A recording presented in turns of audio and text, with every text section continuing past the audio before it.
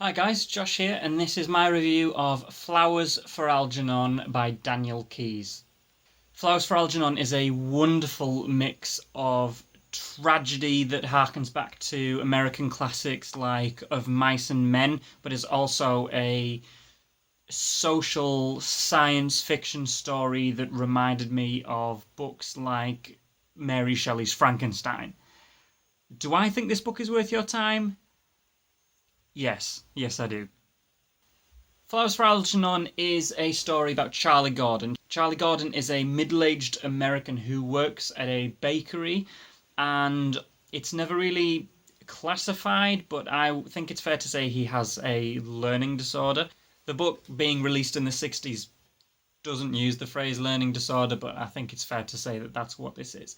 At the start of the book, we don't really know anything about Charlie Gordon other than that he has quite a sad background that we come to learn throughout the book. He doesn't see his family who raised him or his sister. The only people he mentions are his uncle, who has deceased, and the man who gave him a job at the bakery and has told him that he's got a job guaranteed for life, basically regardless of performance or anything else.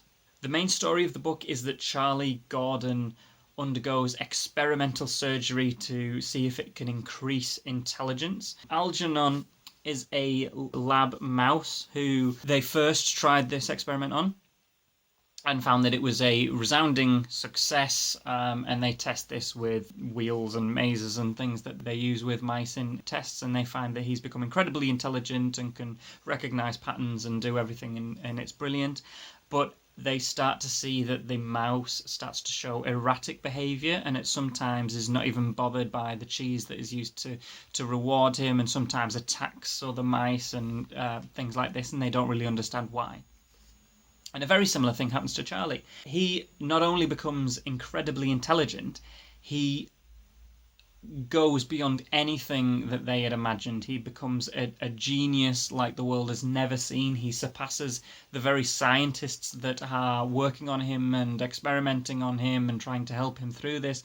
And he also finds, tragically, that he is now alienated from all the people that are around him. In much a very similar way to Frankenstein, Charlie, with his newfound intelligence, starts to ask himself the big questions. He starts to ask himself why he is here, where did he come from, and he also tries to wrestle with the fact that he is such a different person than who he used to be, and that society treats him very, very differently, and that they give him respect that he didn't have before.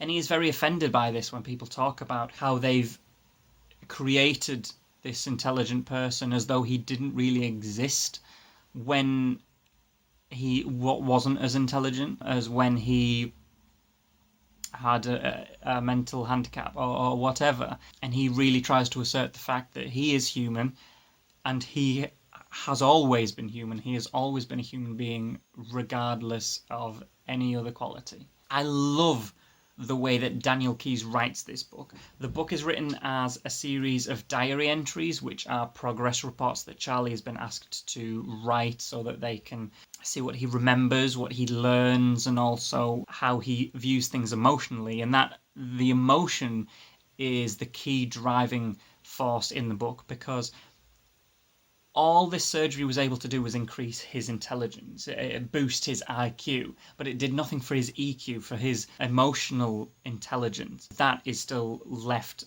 very much childlike, and he comes across like a sort of child prodigy, genius teenager who still is not emotionally developed to handle these things. Charlie has a very troublesome relationship with women, which goes back to his mother, who was very strict and quite abusive, and she felt like she could correct Charlie, like she could beat some intelligence into him, which of course did not work. And she often scolded him if he was even looking at a girl, so he grew up terrified of that.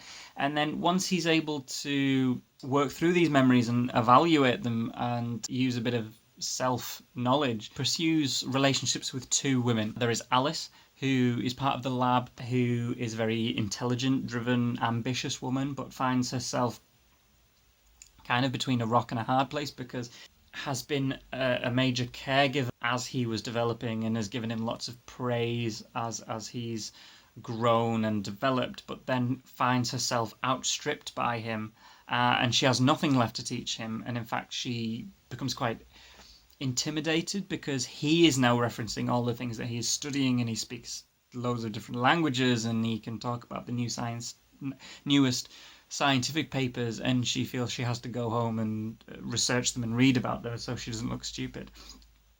And the other woman who he develops a relationship with is Faye, who is the complete opposite.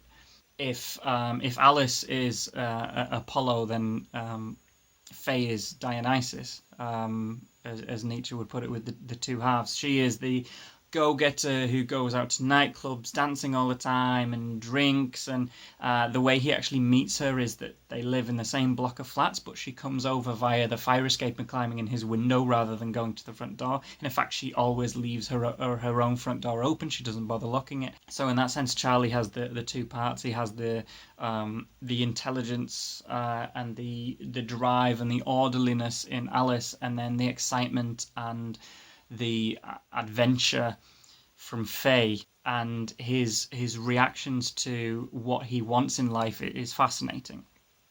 And the other part that makes these diary entries so brilliant is that you can see the character changing, even just glancing at it without reading properly, because, for instance, the spelling starts out very poor and then increases, and you can just see slight things when he starts to understand a certain piece of punctuation and so on.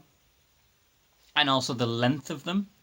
The first few entries are very much fact-based, and this is what happened this day, and I did this and spoke to this person. And then later on they become quite in-depth as he becomes quite analytic, and he thinks about these things, and he is able to talk about not only what happened, but what they meant,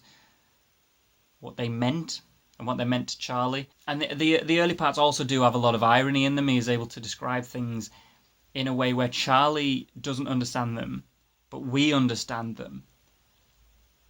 And that is very impressively done by Daniel Keyes. And it puts me in a strange position when recommending this, because Flowers for Algernon is a science fiction classic. It won the Hugo Award and it won the Nebula Award.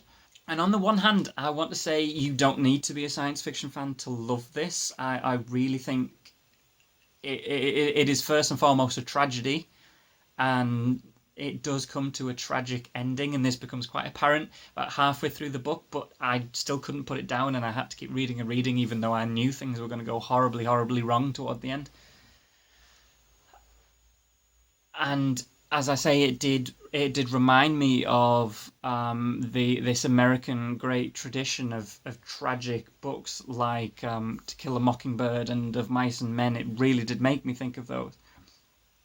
But on the other hand, I don't want to diminish the fact that it is a work of science fiction.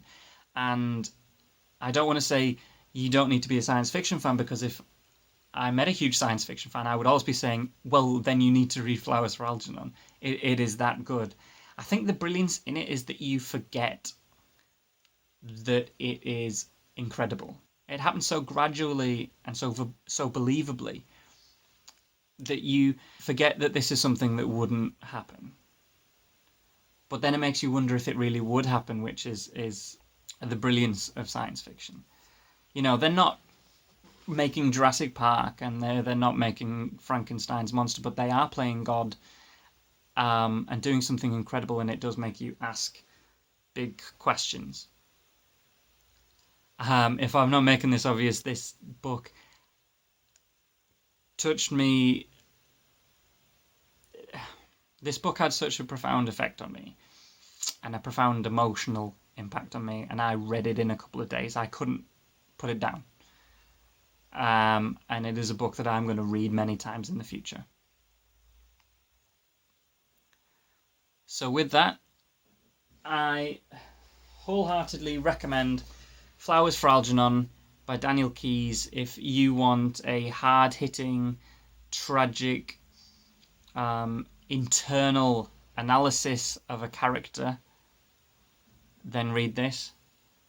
Or read this if you want a brilliant, question about what science can do and the nature of personhood and intelligence.